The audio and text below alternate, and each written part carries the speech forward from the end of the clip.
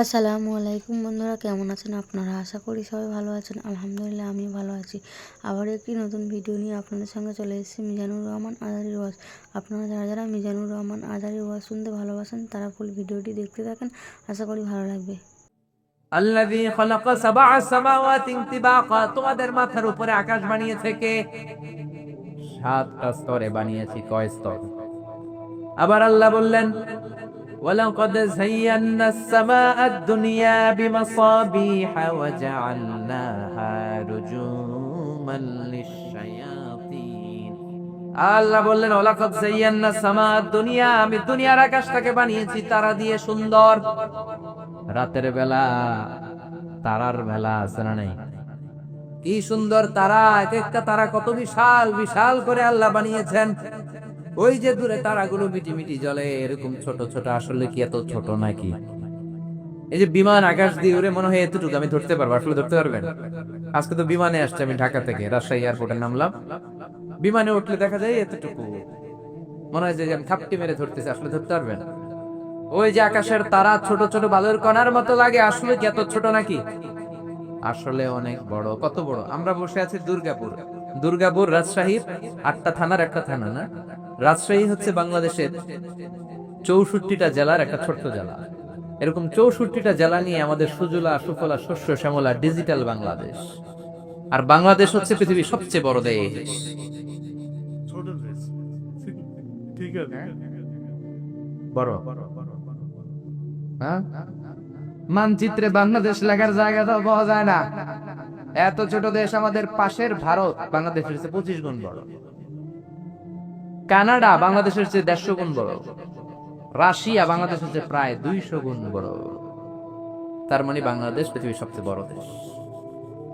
ছোট্ট সাইজের একটা দেশ। এরকম 200টা দেশ নিয়ে পৃথিবীর 30 ভাগ, বাকি 70 ভাগ শুধু পানি আর পানি, সাগর। আমি পৃথিবীর অনেক সাগর ঘুরেছি, খালি সাগর। 70 ভাগ সাগর, 30 ভাগের 200 দেশ নিয়ে আমাদের পৃথিবী। কত বিশাল পৃথিবী, তাই না?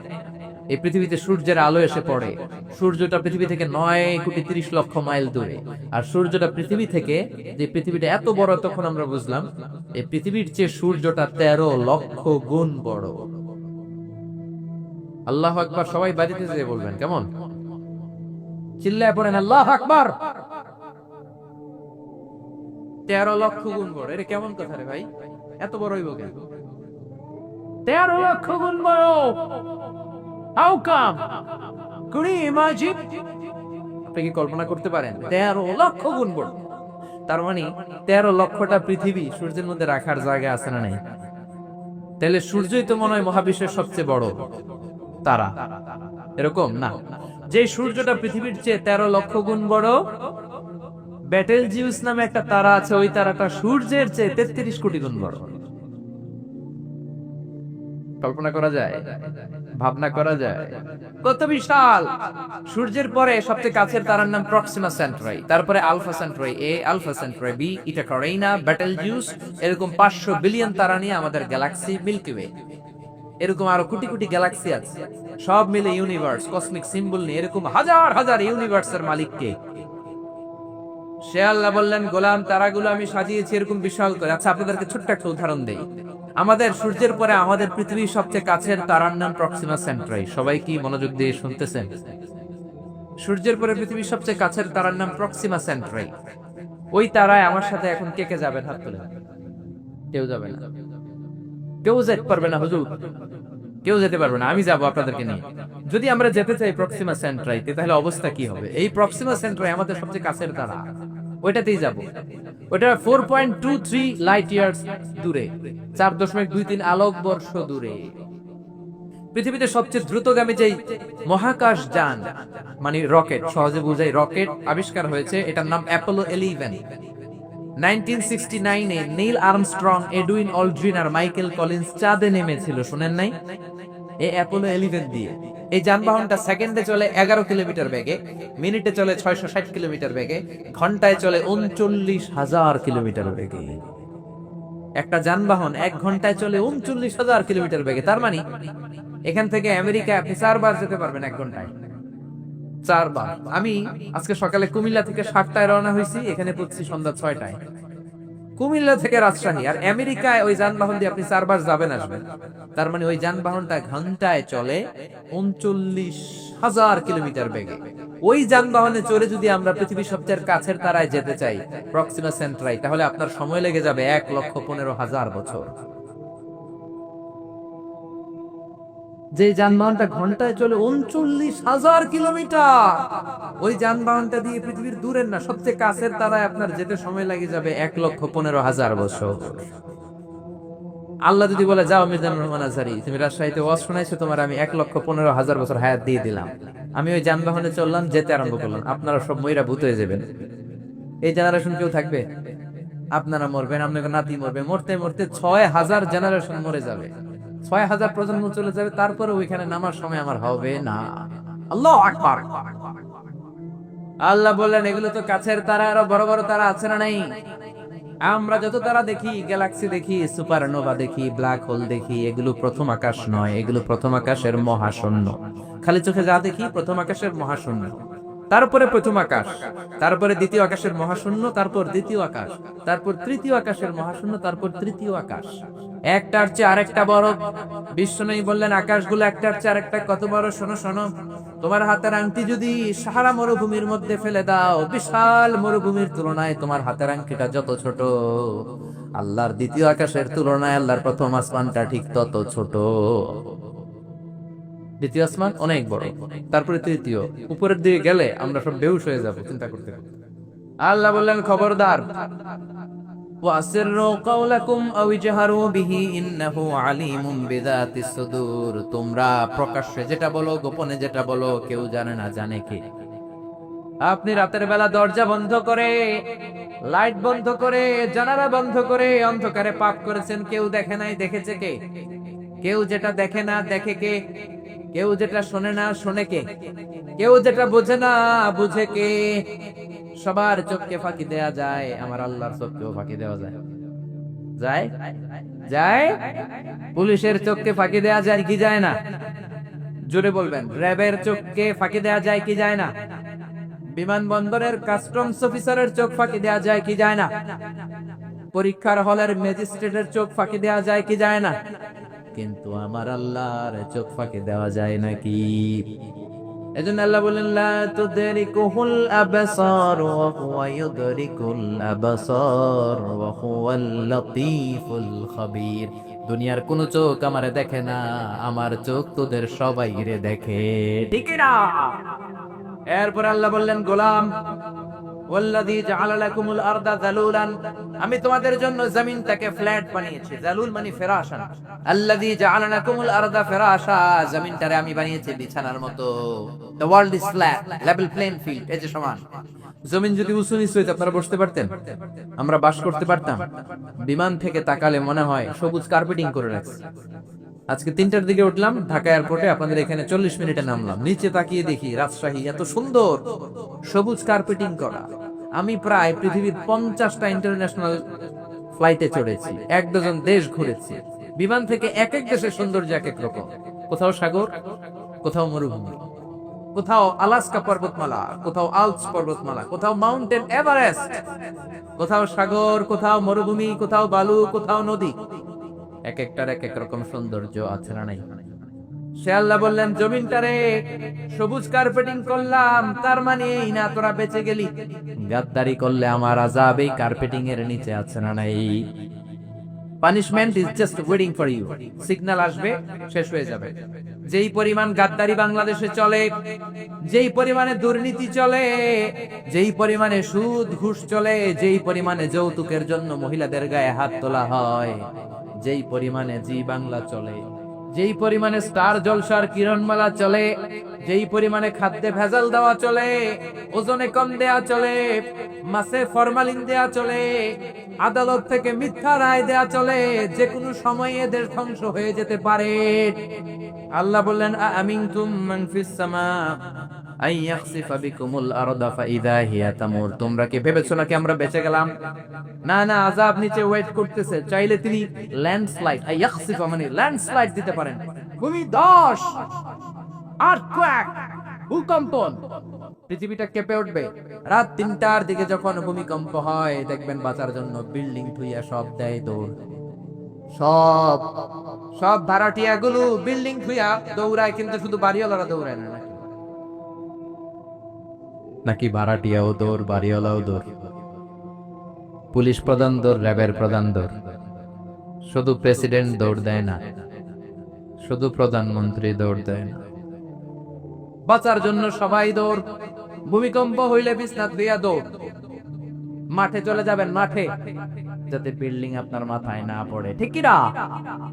আল্লাহ বললেন এরকম ভূমিকম্প দিতে পারি যেই পরিমাণে মদ, গাঁজা, ইয়াবা খাওয়া হয়, যেই পরিমাণে ইফতিজিং করা হয়, যেই পরিমাণে ছেলেরা মায়ের উপর নির্যাতন করে বউয়ের কথায়, যে কোনো সময় আযাব আসতে পারে, কি পারে না? একমাত্র বিশ্বনবীর দোয়ার বরকতে আমরা বেঁচে আছি।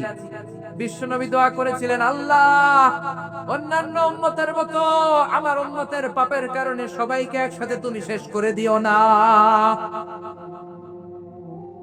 এজন্য আল্লাহ একবারে আমাদেরকে শেষ করে না, যেমনি কওমে লুতকে আল্লাহ শেষ করেছিল, কওমে সামুদকে শেষ করেছিল। কওমে লুতের মধ্যে ছিল হোমোসেক্সুয়ালিটি, সমকামিতা, ছেলে ছেলের বিয়ে করে, মেয়ে মেয়ের বিয়ে করে, গে, লেসবিয়ান। ইউনাইটেড স্টেটস অফ আমেরিকার কয়েকটা স্টেটে ওরা এটাকে লিগ্যালাইজ করেছে। লানত ওদের উপর, ঠিক কি না? 3টা আযাব দিলেন। আখাযাতুহুস সাইহা, জিবরাইল যে কওমে লুতের মুমিনদেরকে সরিয়ে ওইখানে একটা চিৎকার দিলেন।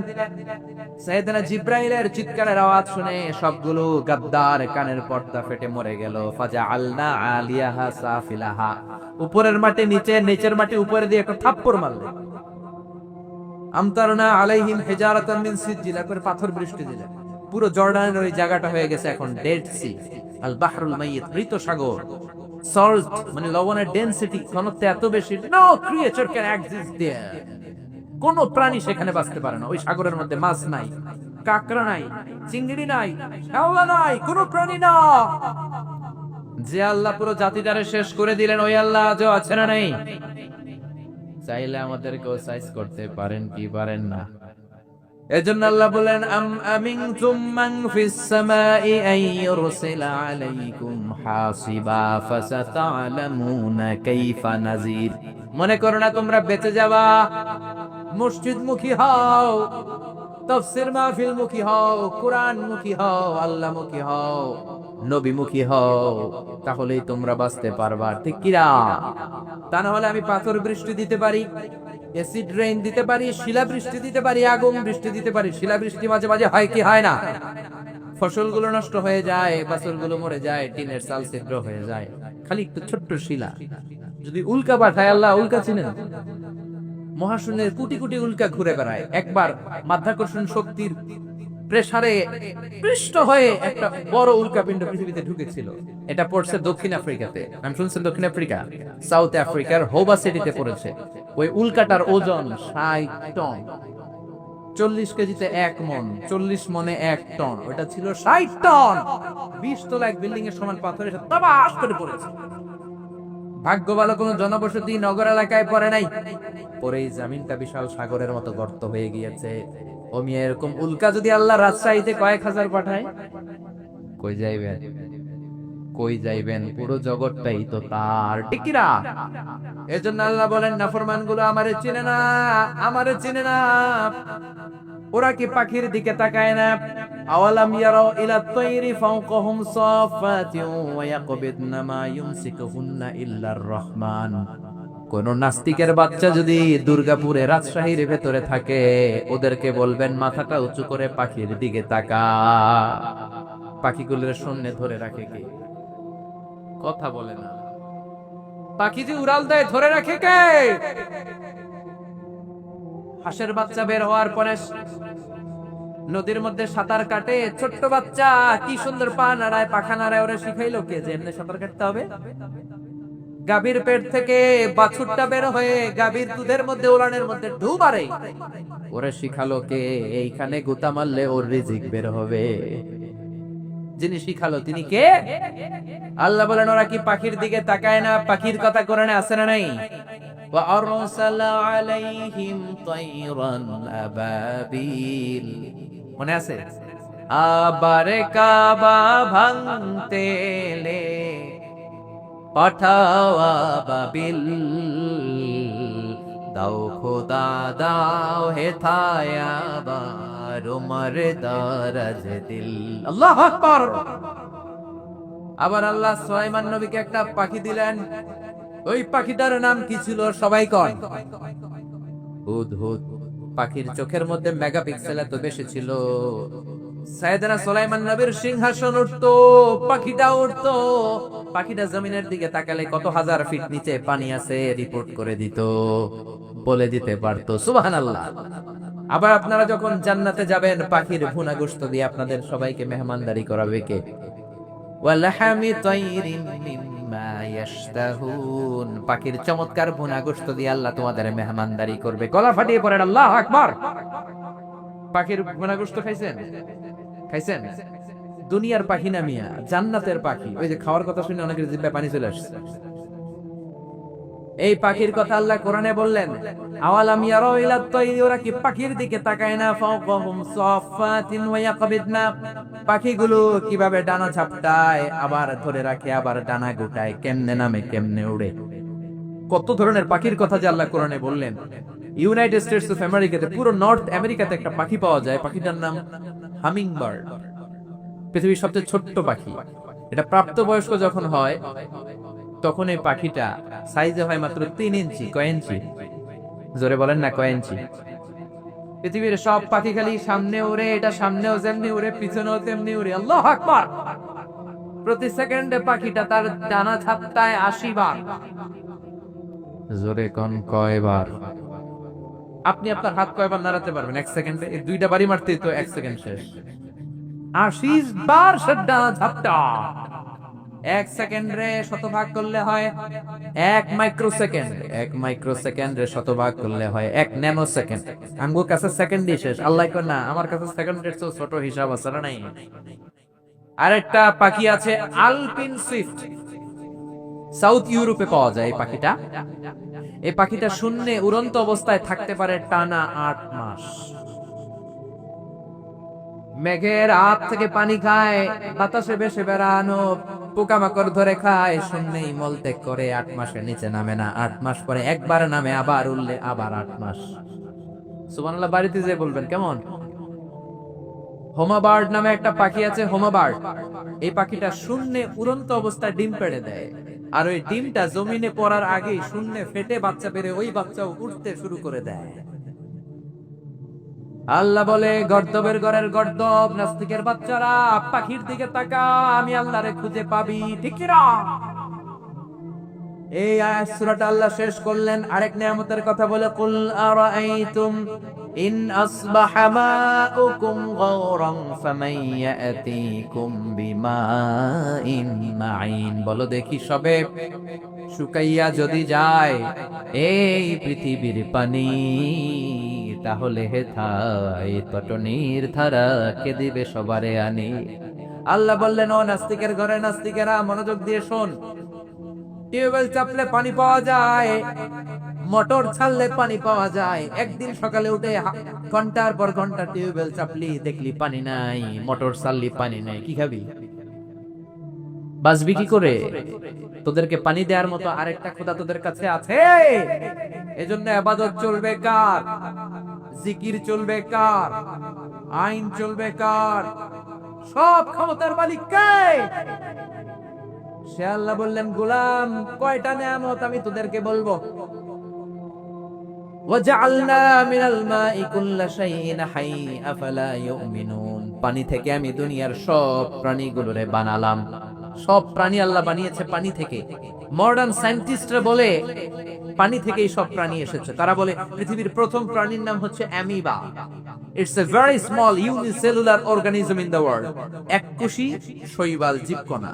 ওরা বলে এটা পৃথিবীর প্রথম প্রাণী। তারপরে এসেছে জুপ্লাঙ্কটন, ফাইটোপ্লাঙ্কটন, ব্যাকটেরিওপ্লাঙ্কটন। এভাবে all the species come through water. পানির মাধ্যমে এসেছে। বিজ্ঞান এখন বলছে 1400 বছর আগে আল্লাহর কোরআনের মধ্যে এই কথা বলে দিয়েছে কে? আবার আল্লাহ বলেন, আন্না সাবাবনাল মা সাব্বা, যেখানে যতটুকু পানি দেয়া দরকার, রস দেয়া দরকার, আমি আল্লাহ দিয়ে দিলাম। কলা গাছের মধ্যে কোপ দিলে এক ধরনের পানি আছে না নাই? খেজুর গাছের আগা কেটে দিলে মিষ্টি পানি আছে না নাই?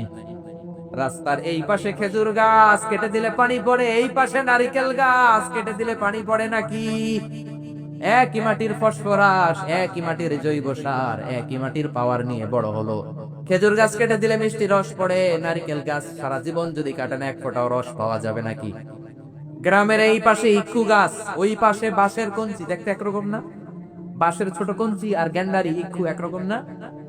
ইক্ষু গাছগুলো রে আখের মিলে ঢুকালে চিনি হয়, রস বের হয়। বাংলাদেশের যত বাঁশ গাছ আছে সবগুলোর যদি মেশিনে ঢুকান এক ফোঁটা রস বেরোবে নাকি? আবার আল্লাহ বললেন তরমুজে যতটুকু, তরমুজের ভিতরে যতটুকু পানি দিলাম ক্ষীরার ভিতরে ততটুকু নাই, ক্ষীরার ভিতরে যতটুকু দিলাম পেয়ারার ভিতরে ততটুকু নাই, আপেলের মধ্যে যতটুকু রস কমলার মধ্যে ততটুকু নাই। সুবহানাল্লাহ, সুবহানাল্লাহ। দিয়েছেন কে? সে আল্লাহ বললেন ফালিয়ানজুরিল ইনসানু মিম্মা খুলিকা, খুলিকা মিম্মা দাফিক। তোরা কি তোদের সৃষ্টির দিকে তাকাবি না?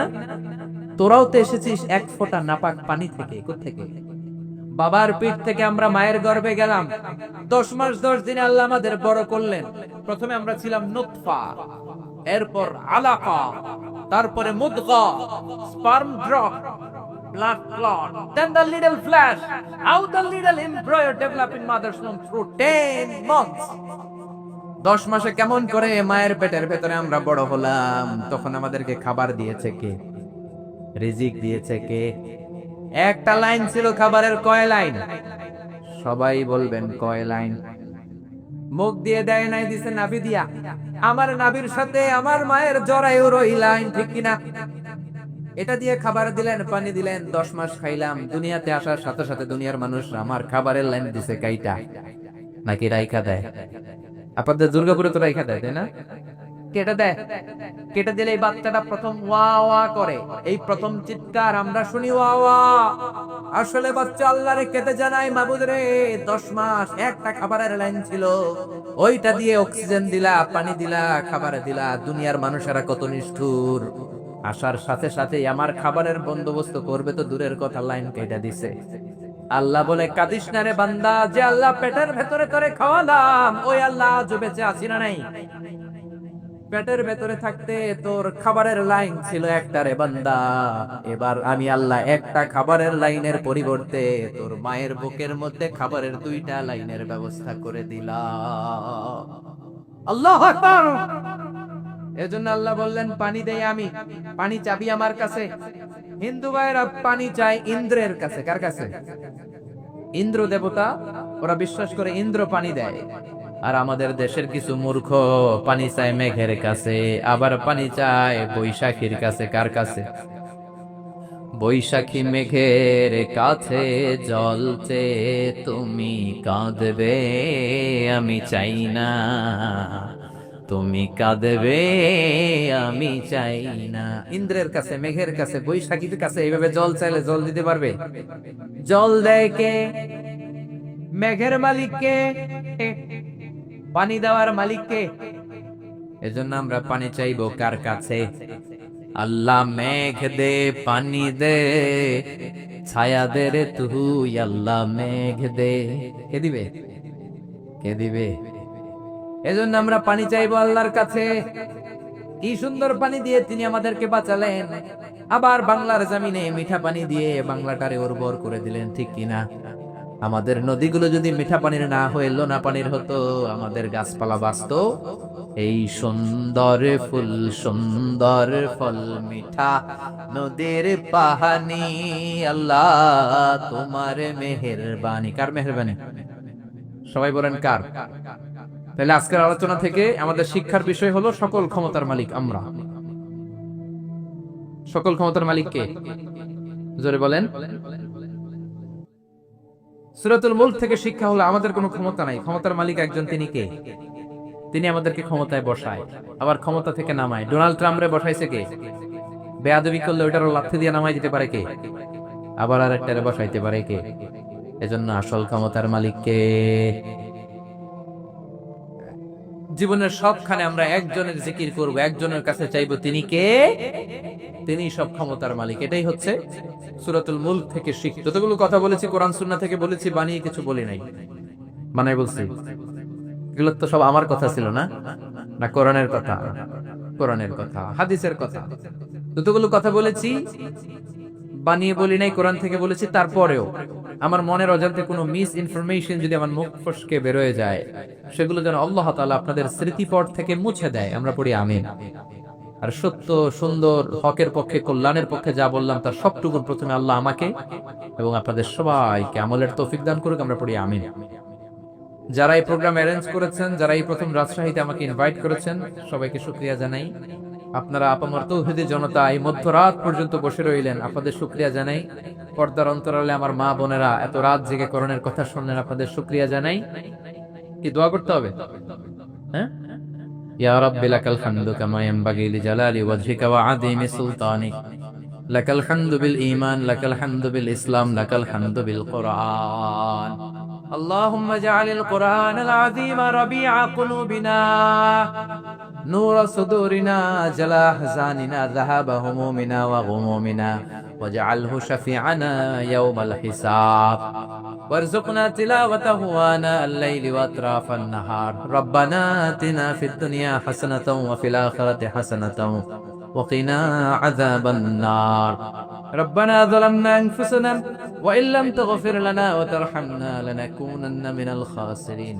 মাবুদ রে, রাজশাহীর দুর্গাপুরে মধ্যরাত পর্যন্ত মহাবিশ্বের মহাবিশ্বয় মহাগ্রন্থ আল কোরআনের 29তম পারার প্রথম সূরা সূরাতুল মুলকের আলোকে জানলাম আমাদের কোনো ক্ষমতা নাই, সব ক্ষমতা তোমার।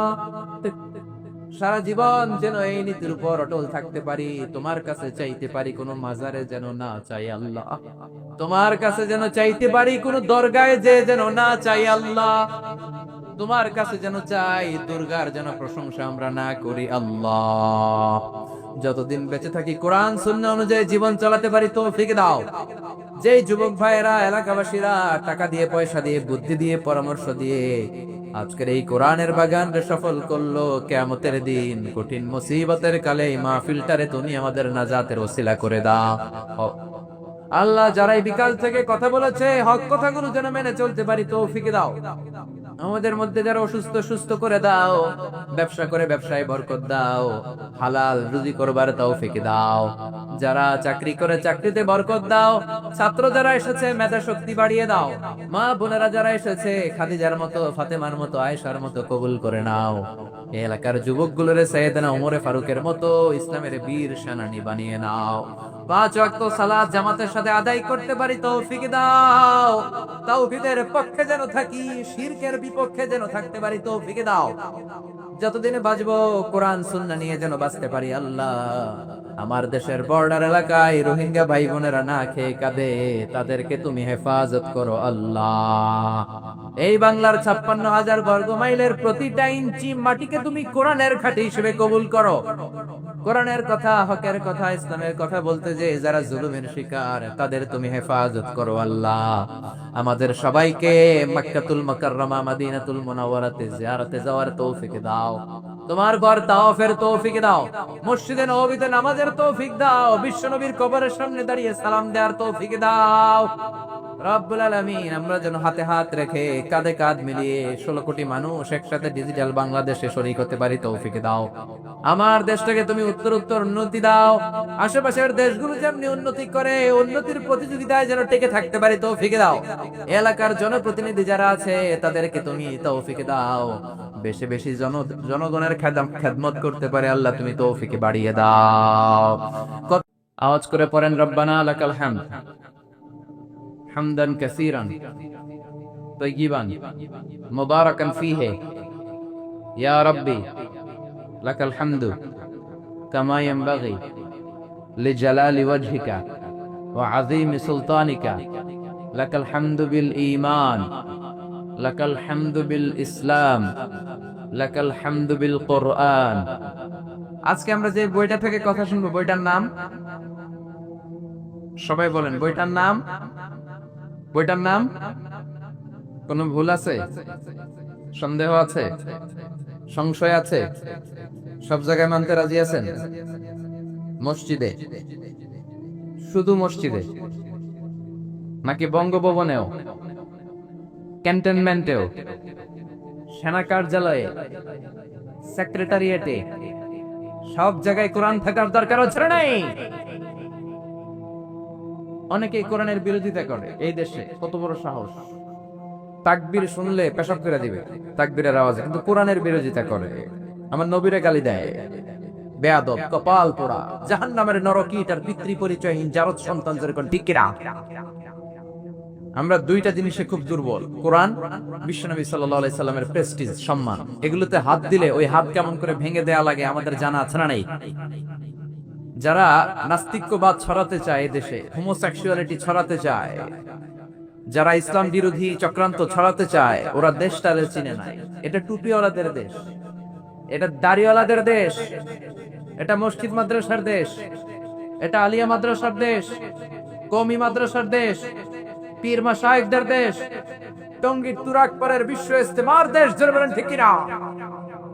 যে দেশে আল্লাহু আকবার ধ্বনির সাথে সূর্য উঠে যায়, আল্লাহু আকবার ধ্বনির সাথে সূর্য ডুবে যায়, ও দেশে আর কিছু থাকবে না, থাকে ইসলাম থাকবেই, আমার কোরআন থাকবেই, বিশ্বনবীর সুন্নাহ থাকবেই। কোরআনকে গালি দিলে আপনাদের কলিজায় কি আগুন লাগে? সেই কোরআন থেকে আজকে আমরা কথা শুনবো। আপনারা যারা খেয়াল করেছেন, আমি খুতবার শুরুতে ছোট্ট একটা আয়াত দিয়ে শুরু করেছি। আয়াতটি হচ্ছে সূরাতুল মুলকের একটা আয়াত, ঠিক কিনা? মুখস্থ আছে আপনাদের? হ্যাঁ, না থাকলে করবেন। খুব চমৎকার সূরা, 29 পারার প্রথম সূরা। কোন পারা? সবাই বলেন নাই, এবারও সবাই বলেন নাই। 29 পারার প্রথম সূরা। এই তাফসীর মাহফিলগুলোকে ক্লাসের মতো মনে করবেন, করলে কি লাভ? শিখে যেতে পারবেন, ঠিক কিনা? অনেক মানুষ আসলাম, স্লোগান দিলাম, তাকবীর দিলাম, হুজুরেও কান্দাইলো, আমরাও কাঁদলাম, হুজুর হাসাইলো, আমরাও হাসলাম, কোনো লাভ হলো না।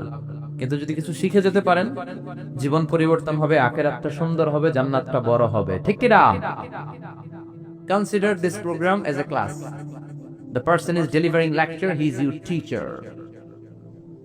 যিনি কথা বলে তিনি শিক্ষক। আমার আগে লোকমান ভাই কথা বলছিলেন, তিনি ছিলেন আমাদের শিক্ষক। আমি এখন একটু বসার সুযোগ পেয়ে গেলাম, আমি হয়ে গেলাম শিক্ষক। আমার পর আবার সভাপতি বসলে উনি হয়ে যাবে শিক্ষক। We all audience are the students of Tafsirul Quran. আর আমরা সবাই কোরআনের ছাত্র, খুশি না বেজার? ক্লাসে কি শুধু শিক্ষক একাই বলে না, ছাত্ররা উত্তর করে। ক্লাসে স্যার যদি জিজ্ঞেস করে, এই বলো ডিওজি ডগ অর্থ কি, কি বলবেন? আপনার এখন কুকুর, কিন্তু চিটাগাঙে বলে হত্যা। শুনছেন? ভয়ঙ্কর এক ভাষা চট্টগ্রামে। ডিওজি ডগ প্রাথমিক স্কুলে পড়ায়, পড়ো বাবারা, ডিওজি ডগ, ডগ মানে হত্যা, ডিওজি ডগ, ডগ মানে হত্যা। তারপরে বানান শিখায়, ব্ল্যাকবোর্ডে লিখে পড়ো, কলস ঠিল্লা, মানে কলসকে ওরা আঞ্চলিক ভাষায় বলে ঠিল্লা, এজন্য বাচ্চাদের শিখায় পড়ো কলস ঠিল্লা। কলস পর্যন্ত ঠিক আছে, কিন্তু উচ্চারণে ভেজাল আছে না নাই? আমরা তো বিভিন্ন জেলায় ঘুরি, এগুলো দেখি। আবার নোয়াখালীতে গেলে ওদের ভাষাটা খুব শর্ট, একেবারে শর্টে মেরে দেয়। আমরা বলি তুমি খেয়ে শুয়ে যাও, ওরা বলে তুই খাই হতি যা। আমরা বলি তুমি এখান দিয়ে এসে ওখান দিয়ে যাও, ওরা বলে তুই ইয়ান দি আই হিয়ান দি যা। ইয়ান দি হিয়ান দি, শর্ট হয়ে গেল না? তো আমার মাহফিল নোয়াখালী সেনবাগে, হ্যাঁ, তো আমি বললাম, ও সেনবাগের ভাইয়েরা, আপনারা পানি রে কি কন? কয় হানি। পান রে কি কন? কয় হান। আমি কই তাহলে পেপে কি হবে? একজন কয় হে হে, আর বাকি সবাই কয় পাপিয়া। আসলে ওরা পেপেরে পাপিয়া বলে, তার মানে জাতে মাতাল, তালে পেপেরে বলে পাপিয়া। তো আমার বাসা ঢাকার ড্যামরায়, বাসার পাশে নোয়াখালীর এক লোক বাসা রাখছে। এদের সাথে থাকতে থাকতে আমি ছোট্টবেলা থেকে নোয়াখালী বাড়ি। আবার আমার আম্মার সাথে দেখতাম ওই বাড়ির খালাম্মা জান্না দিয়ে কথা বলতো। একদিন বলে, আহারি আফা কোয়েন ন বুঝিনি কেন আঙ্গো হেতানে 3 বছর ধরে কুয়েত গেছে, আর কাছে একটা সিরিও হারায় নহারি হেতিল্লা আর কল যা হাড়ি যায়। রাজশাহী থেকে আপনারা বুঝতেছেন এই কথাগুলোর মানে? নোয়াখালীর কুমিল্লার লোক আছে? আচ্ছা। তো এই যে ভাষার ডাইভার্সিটি, এটা আমাদের সৌন্দর্য, এক এক এলাকায় এক এক রকম। তারপর এগুলোকে আপনি বাদ দিতে পারবেন না, এগুলো নিয়েই ডিজিটাল বাংলাদেশ চিল্লায় বলেন ঠিক কিনা? ফেনীতে আমার মাহফিল, অবাক করা কাণ্ড, ওরা ওদের নিজেদের জেলাটার নামও বলতে পারে না, ফেনীরে ওরা কয় হেনি। আবার দেখি স্লোগান দিচ্ছে, কয় হেনি কলেজে টিয়া লই, সবাই কয় সুদূর বুদুর চলতো ন। হেনি কলেজে টিয়া লই, সুদূর বুদুর চলতো না, মানে ফেনী কলেজের টাকা নিয়ে উল্টা পাল্টা চলবে না। এরপর নরসিংদীতে রায়পুরাতে আমার মাহফিল ছিল। রায়পুরার ভাইদের সমস্যা হলো এই র বলতে পারে না, র এর জায়গায় বলে ল। রায়পুরারে ডাকে লাইপুরা। লাইপুরা লাতা মুরগি দিয়া লাইতের বেলা কাইয়া লেলেন দেয়া পড়ছি। তার মানে তার বাক্যে যতগুলা র ছিল সে বলছে কি ল। আপনাদের রাজশাহীর অনেক সমস্যা আছে দেখলাম। সমস্যা বলতে মানে ভাষার ডাইভার্সিটি, সৌন্দর্য। আপনাদের মুখ দিয়ে অনেক কথা বের হয় না। হ্যাঁ, এরপরে দেখলাম ময়মনসিংহ, কিশোরগঞ্জ, এই ভাইয়েরা খ বলতে পারে না, খ এর জায়গায় বলে ক। তো একজন বলতেছে, হুজুর টিভি সারুন, কবর দেখবাম, কবর। তো আমি বললাম, কার কবর? জিয়ার কবর না বঙ্গবন্ধুর কবর? কয় রাত 8টার কবর। আচ্ছা, আসলে কি শব্দটা কবর না খবর? বলে কি, বলে কি কবর। সিলেটে তার উল্টা, সিলেটে ক বইতে পারে না, খালি কয় খ। আমি যাচ্ছি কাতার, একজনের পাশে বসা, কয় আপনার বাড়ি খন খানো। খন খানো পড়ছেন, মানে কোথায় পড়েছেন? বলে আমি এই খানো দারামতি খিতা করবি খর। সুবহানাল্লাহ পড়বেন না? এক দেশ, 68,000 বর্গ মাইল, সুজলা সুজলা শস্য শ্যামলা। এক জেলায় গেলে একরকম, এই জেলায় আরেক রকম, ওই জেলায় আরেক রকম। আর পুরান ঢাকায় যদি যান, ওরা কথায় কথায় বলে হালা হালা হালা হালা, আছে না নেই? বরিশালে যদি যান, কথায় কথায় বলে মনু মনু মনু। বরিশালের এরা ক বলতে পারে না, ক এর জায়গায় বলে হ। টাকারে কি বলে? টিয়া না, টাহা। মুই 20 টাকার কাম করছি, মোরে 15 টাকা দিলে কেন? এমনকি 5 টাকাটা দেবা না, মূল্য ঠাপাঠাপি বাজাবা মনু। আর যদি ঢাকাতে যান, বাপে পোলারে কয় হালা, পোলায় বাপরে কয় হালা। আমার এক চাঁদপুরের বন্ধু, এখানকার খতিব, আমার ফোন দিয়া কয়, আবে হালামি জান, কেমন আছো তুমি? আমি বললাম, তোর বাড়ি চাঁদপুর, হালা বললি কেন? বলতেছে 3 বছর খতিবের চাকরি করতে করতে ওদের সাথে মিশতে মিশতে আমরাও বইলা ফেলাইছি। ওরা মাহফিলেও কয় আবে হালায় সুবহানাল্লাহ কন্যা কেলা। একেবারে অভ্যস্ত। আপনারা বাকের খানির রুটির নাম শুনছেন? শুনছি। আচ্ছা, এই বাকের খানির রুটির সম্রাট, মুঘল আমলের সম্রাট বাকের খা, চা দিয়ে ভিজিয়ে ভিজিয়ে খায়। আমি খেয়েছি অনেকবার, আপনারা খেয়েছেন বা দেখেছেন কিনা জানি না। পাবনার এক লোক ঢাকায় আসলো এই রুটি কিনবে। তো দোকানে ঢুকছে, বাকের খানি রুটির দোকানে ঢুকে দেখে দোকানের মালিক বয়স প্রায় 60। কত? তো 60 বছরের মুরব্বী ছোট্ট একটা বাচ্চারা ডাক দিছে, আবে হালায় এতক্ষণ ধরে পড়াইছি, হালায় আইতে দেরি করছিস কেলায়? ছোট বাচ্চাটা আবার মুরব্বীর উত্তর দিচ্ছে, আমি হালায় দেরি করছি, তোমার হালায় কি হয়েছে? এখন পাবনার লোক পড়ে গেছে বিপদে, ও ভাবতেছে আসলে কোনটা শালা আর কোনটা দুলাভাই। তো ভাবলো জেনে নেই, মুরব্বীর সালাম দিচ্ছে, চাচা আসসালামু আলাইকুম, আমি আসছি পাবনা থেকে, বাকরখানে রুটি খাবো। ও আপনারে কয় হালা, আপনি ওরে কোন হালা? আসলে কে হালা? কয় আবে হালায়, তুমি হালায় মাঝখান দিয়ে ঢুকছো কেলা? মানে আমি ওর একটা কইছি, ও আমার একটা কইছে, শেষ সুদবুদ, তুই ঢুকছস কে? কয় আপনি আমারে হালা কোন কে? কয় বাজান, এই হালাটা আমরা গালি দিয়ে বলি না, এটা ভালোবেসে বলি। এক দেশের গালি আরেক দেশের, এক দেশের বলি আরেক দেশের। এই যে ভাষার ডাইভার্সিটি, এটা কোরআনেও আছে। আমি তো আরব বিশ্ব ঘুরেছি, কোরআনেও এটা আছে। এক শব্দ এক এক দেশে এক এক রকম বলে। এই কোরআনের মধ্যে 7টা কেরাত আছে, অনেকে জানে না, আবার অনেকে জানে। হিশাম বিন হাকিম বিন হিজাম বুখারীর বর্ণনা, সূরা ফুরকানকে অন্য কেরাতে পড়ছিলেন, যে কেরাতটা ওমরের জানা ছিল। বুঝানোর জন্য বলি, ধরেন হিশাম পড়ছিল ওয়াদ-দুহি ওয়াল-লাইলি ইযা সাজা মা ওয়াদ্দাকা রাব্বুকা ওয়া মা ক্বালা ওয়ালাল আখিরাতু খায়রুন লাকা মিনাল উলা। এরকম কেরাত শুনছেন কখনো? শুনেন নাই। ওমর ফারুকও শুনে নাই, আপনি শুনেছেন যেহেতু বিদেশে ছিলেন। ওমর ফারুকও শুনে নাই। সাইয়েদনা ওমর ফারুক ঘাড় ধরে বিশ্বনবীর কাছে আনলেন, বললেন, ইয়া রাসূলুল্লাহ, দেখেন কেমনে কোরআন পড়ে, আপনি শিখিয়েছেন একরকম, এই বেটা পড়ে আরেক রকম। এইভাবে ধরে রাখছে কলার। ওমরের মেজাজ নরম না গরম? এরকম একটা ওমর যদি থাকতো, বাংলার জমিনে কোনো বেয়াদব খুঁজে পাওয়া যেত? মুসলমানদের কান্নার শুনতে পাওয়া যেত? রোহিঙ্গা মা বোনেরা বৃষ্টিতে ভেজা লাগতো? সেই ওমর নাই। এজন্য ওমরের জন্য আমরা দোয়া করি, ইমাম মাহাদির ইন্তজারে আমরা আছি না নাই? আছি না নাই? সাইয়েদনা ওমর ফারুক কলার ধরলেন, বিশ্বনবী বললেন, ওমর কলার ছেড়ে দাও। ওমরে ফারুক বললেন, না, কোরআন উল্টায় পড়ছে কেন, ওর কলার আমি ছিঁড়া ফেলাম। বিশ্বনবী বললেন, আগে কলার ছাড়ো, দুইজনের কথা শুনতে হবে। বিশ্বনবীর বিচারের সিস্টেম হলো, বিচার আসলে বাদী বিবাদী দুইজনকে সমান সুযোগ দিতেন, সমান সাক্ষী নিতে দিতেন, সমান ফ্যাসিলিটি দিতেন। এটা হচ্ছে বিশ্বনবীর আদালত পূর্ণ, ইনসাফ পূর্ণ বিচার। এই বিচার বাংলাদেশে আছে?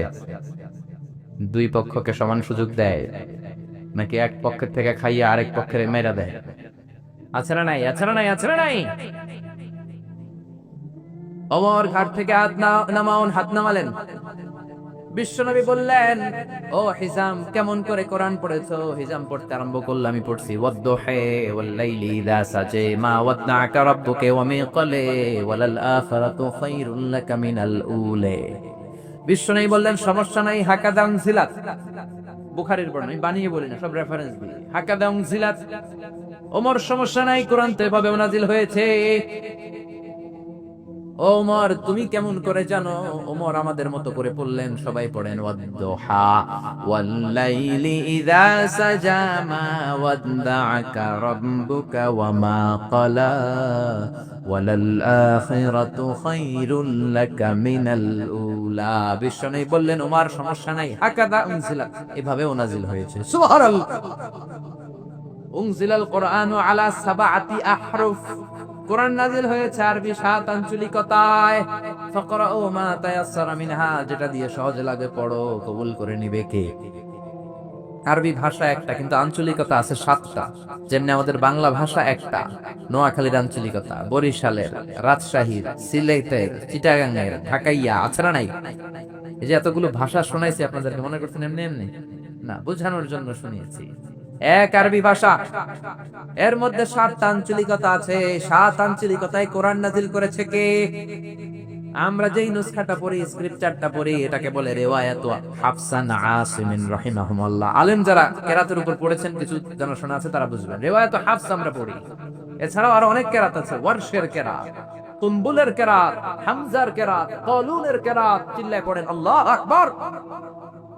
বাংলাদেশের কিয়ামুল লাইলের নামাজে, তাহাজ্জুদের সালাতে, তারাবির নামাজে এতগুলো কেরাত পড়া হয় না, কিন্তু আমরা মিশরে যখন পড়তাম সবগুলো দিয়ে পড়া হতো। আমাদের মিশরের সেন্ট্রাল মসজিদে 20 রাকাত ওনারা তারাবি পড়তেন। প্রত্যেক 4 রাকাতের পরে কেরাত চেঞ্জ করতেন, বলতেন আল-আন নাকরাউ আলা কিরাতি হামজা, আল-আন নাকরাউ আলা কিরাতি ওয়ারশ, কিরাতি কুম্বুল। এক একজন এক এক রকম পড়তো। আমরা পড়ি মালিকি ইয়াউমিদ্দিন, আরেক রাতে মিমে টান দেয় না, বলে মালিকি ইয়াউমিদ্দিন। আমরা বলি সিরাতাল মুস্তাকিম, আরেক রাতে বলে জিরাতাল মুস্তাকিম। আমরা বলি কাইফা নুনশিরুহা, ওরা বলে কাইফা নুনশিজুহা। আমরা বলি হুমুল মুফলিহুন, আমরা কোথাও বলি হুম, ওরা বলে হুমু। সুবহানাল্লাহ। এগুলো দিয়ে মুতাওয়াতির সনদে যতগুলো এসেছে, পড়লে কবুল করে নেবে কে? এজন্য এই সূরাতুল মুলক অনেক মর্যাদাপূর্ণ সূরা। আমি খুতবার শুরুতে সূরা মুলক থেকে ছোট্ট একটা আয়াত তেলাওয়াত করেছি। এই মুলক থেকে আপনাদের কথা শোনাবো। কষ্ট হচ্ছে না তো? কষ্ট হলে আমার একটু বলবেন, তাহলে আমরা বিদায় নিয়ে নিব। নাকি শুনবেন?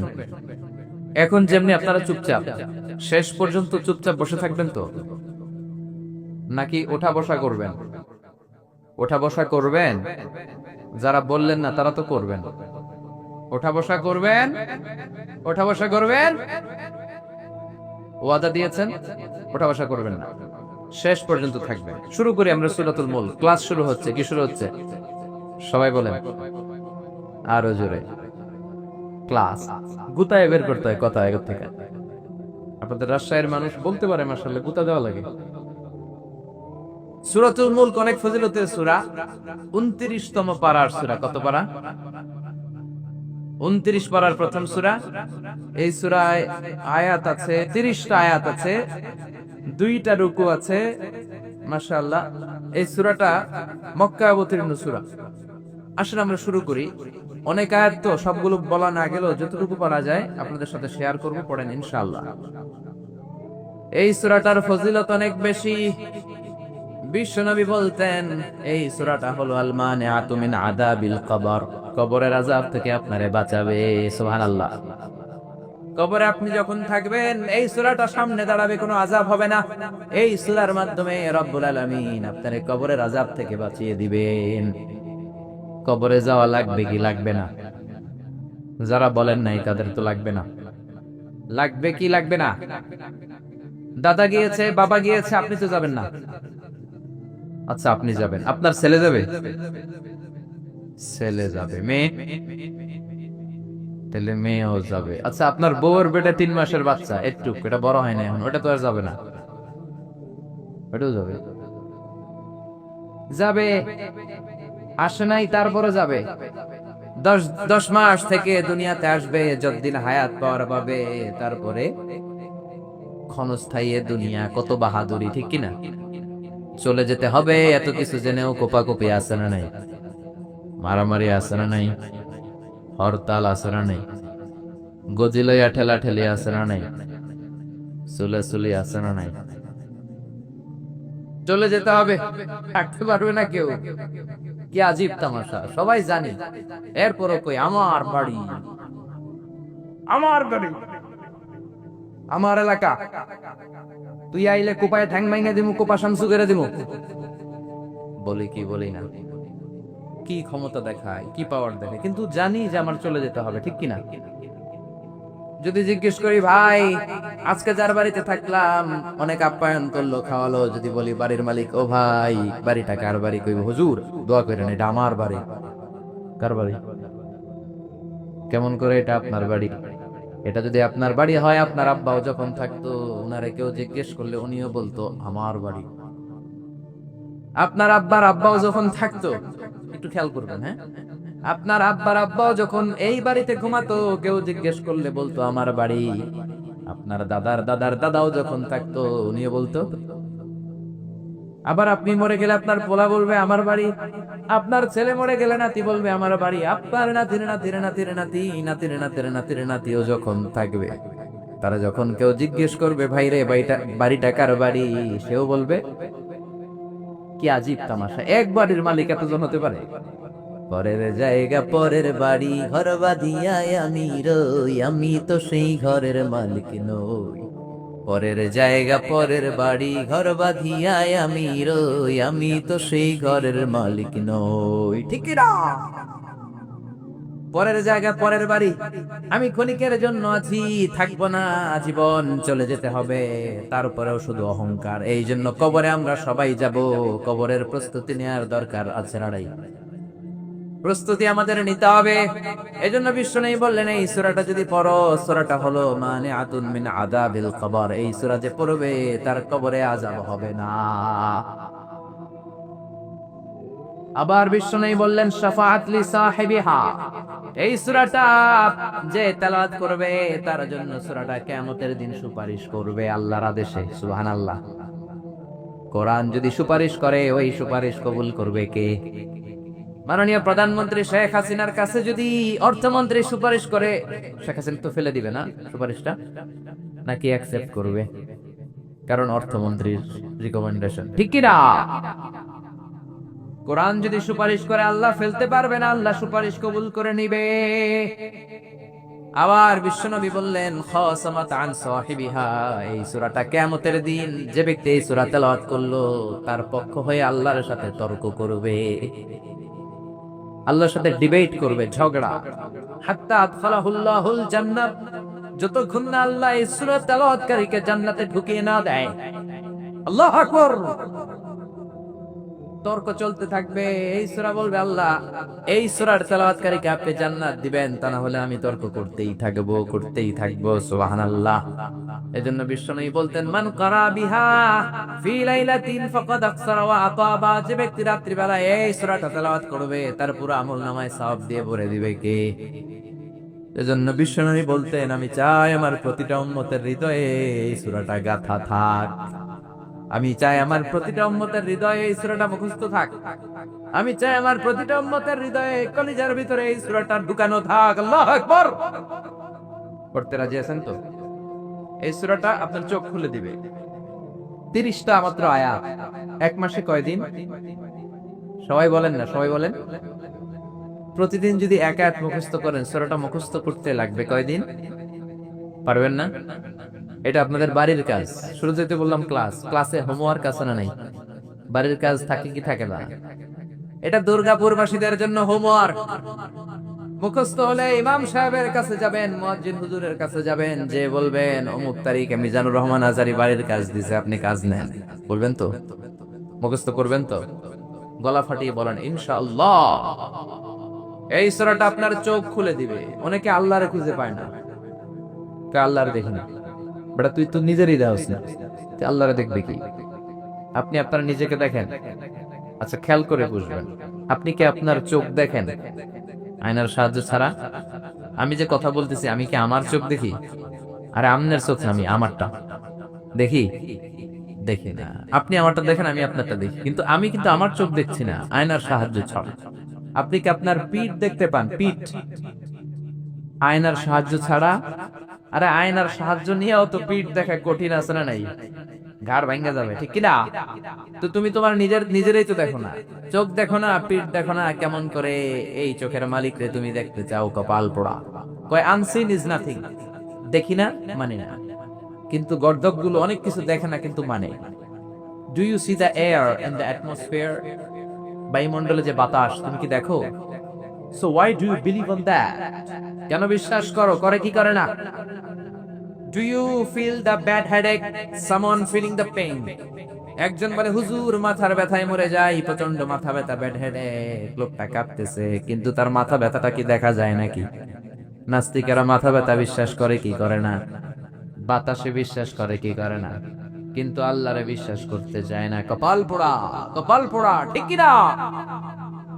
সৈয়দনা ইমাম আবু হানিফা অনেক বড় মাপের ইমাম ছিলেন। ওনার একটা হেকায়া আছে, ঘটনা। কুফাতে বাড়ি, এক নাস্তিক পাওয়া গেল। নাস্তিক কয় আমি আল্লাহরে মানি না। সবাই বলল আমাদের এলাকায় একজন জ্ঞানী ব্যক্তি আছে, নাম হলো নু'মান ইবনে সাবিত। উনি যদি তোমার সাথে তর্ক করে তোমারে বুঝাতে পারবে আল্লাহ আছে না নাই। কই লই আয় তো নু'মান ইবনে সাবিত, নিয়ে আয়, যত বড় জ্ঞানী হোক আমি তর্ক করব। সময় দেয়া হলো জুমার নামাজের পর, মধ্য দুপুরে তর্ক হবে আল্লাহ আছে না নাই। সেজন্য ইমাম আবু হানিফা আল্লাহর পক্ষে, ওই বেয়াদবটা আল্লাহর বিপক্ষে। যারা আল্লাহ বিশ্বাস করে তারা আস্তিক, যারা বিশ্বাস করে না তারা কি? ওই নাস্তিক আসলো, হাজার হাজার লোক আসলো, কিন্তু ইমাম আবু হানিফা আসে। কি আজীব তামাশা, আবু হানিফা আসে না। ওই লোক তো খেপে যাচ্ছে, কারে বলেছো তোমরা সময় জ্ঞান নাই? 2 ঘন্টা পরে এসেছে। আসার পরে নাস্তিক কয় আপনার সাথে আমার কোনো তর্ক নাই, আপনার তো সময়ের কোনো জ্ঞান নাই, ইউ আর নট পাংচুয়াল। সময়ের যার জ্ঞান নাই তার সাথে কিসের তর্ক? নোমান ইবনে সাবিত, ইমাম আবু হানিফা বললেন আই হ্যাভ এক্সকিউজ, আমার ওযর আছে। কি ওযর? আমি বাড়ি থেকে বের হয়ে নদী পার হতে হয়, এসে দেখি নদীতে কোনো মানুষ নাই, কোনো নৌকা নাই, মাঝি নাই, কিচ্ছু নয়। হঠাৎ দেখলাম পাশে বড় বড় গাছ, গাছগুলো অটোমেটিক আপনা আপনি কেটে গেল। গাছ থেকে আপনা আপনি কাঠ বের হলো, তক্তা বের হলো, গাছগুলো আপনা আপনি অটোমেটিক মিলে নৌকা হয়ে গেল। নৌকাটা অটোমেটিক নদীতে চলে আসলো, আমি নদীতে বসলাম, মাঝি ছাড়া নৌকাটা অটোমেটিক নদীর ওই পারে চলে গেল। নাস্তিক কয় তগো ইমাম ডাইল খাইয়ে আইছে। কি খাইছে? ডাল খেয়ে আসছে, উল্টা পাল্টা বকে। আবু হানিফা বললেন এই কথা বলেন কেন? সে বলে এমনি এমনি করাত ছাড়া গাছ কাটে নাকি? এমনি এমনি কাঠ থেকে তক্তা হয় নাকি? এমনি এমনি কাঠ লেগে লেগে আপনা আপনি কি নৌকা হয় নাকি? মাঝি ছাড়া নৌকা এমনি এমনি চলে নাকি? আবু হানিফা বললেন থ্যাংক ইউ, আপনি আমার কথাই কইছেন। এমনি এমনি কাঠ লাগে না, এমনি এমনি নৌকা হয় না, এমনি এমনি নৌকা চলে না মাঝি ছাড়া, এইটা আপনি বললেন। কিন্তু নৌকা যদি মাঝি ছাড়া এমনি এমনি না হয়, একজনের কন্ট্রোল ছাড়া, সৃষ্টিকর্তা ছাড়া আকাশ জমিন পাহাড় পর্বত নবমণ্ডল ভূমণ্ডল কেমনি করে এমনি এমনি হয়? আকাশ কেমনে এমনি এমনি হইলো? কেউ নাই। জমিন এমনি এমনি হয়ে গেল, পাহাড় হয়ে গেল, মরুভূমি হয়ে গেল, নবমণ্ডল হয়ে গেল, ভূমণ্ডল হয়ে গেল, এমনি এমনি পৃথিবীটা হয়ে গেল। এটা কেন মানেন? আমারটা যদি না মানেন, ওই গাঁজাখড়ি কথা কেন মানেন? আল্লাহু আকবার। এবার তো তার চিন্তার জগতে নাড়া পড়েছে, তাই তো? এইটা মানে না ওইটা মানে কেন? আসলে তো আমি উল্লুক্কা পাঠা। সে বলল মাফ চাই, ক্ষমা চাই, দোয়াও চাই, আমারে আপনি পড়িয়ে দেন লা ইলাহা ইল্লাল্লাহু মুহাম্মাদুর রাসূলুল্লাহ। এই সূরাটা বললে সাল্লাল্লাহু আলাইহি সাল্লাম আপনি বুঝবেন যে আসলে আল্লাহ আছে না নাই, একজন স্রষ্টা আছে না নাই। সবাই বলেন আল্লাহ আছে না নাই। আপনি আল্লাহরে খুঁজে পাবেন। আল্লাহ বলে গোলাম আমি আছি, আমার সৃষ্টির দিকে তাকাও, সেখানে আমার নিদর্শন পাবা। Open your eyes, you must find your God. Open your eyes and see everything in the world. You must find that someone is controlling everything and he is Allah. Take it up. চোখ মেলে তাকাও, নজর দাও সাগরের দিকে, নদীর দিকে, পাহাড়ের দিকে, ভালোভাবে খেয়াল করো, বুঝবা আমি আছি না নাই। ঠিক কি না? নজর করো, আপনার বিবেককে নাড়া দিবে, চিন্তার জগৎকে নাড়া দিবে এই সূরা। আসেন দেখি আল্লাহ কি বলতে চাইলো। আল্লাহ বললেন এই সূরার শুরুতে, তাবারাকাল্লাযী বিয়াদিহিল মুলকু ওয়া হুয়া আলা কুল্লি শাইইন কাদির। সুমহান সেই সত্তা যার হাতে ক্ষমতা, ওয়া হুয়া আলা কুল্লি শাইইন কাদির, তিনি সবকিছুর ব্যাপারে ক্ষমতাবান। সুবহানাল্লাহ। তিনি কে? আল্লাহ বললেন তাবারাকাল্লাযী, সুমহান সেই আল্লাহ, বিয়াদিহিল মুলকু, ক্ষমতা তার হাতে। জোরে বলেন কার হাতে? নাকি আপনাদের হাতে? কার হাতে? নাকি আপনাদের হাতে? কিন্তু আপনারা তো বলেন ক্ষমতা নাকি আপনাদের হাতে। সকল ক্ষমতার উৎস জনগণ, বলেন কি বলেন না?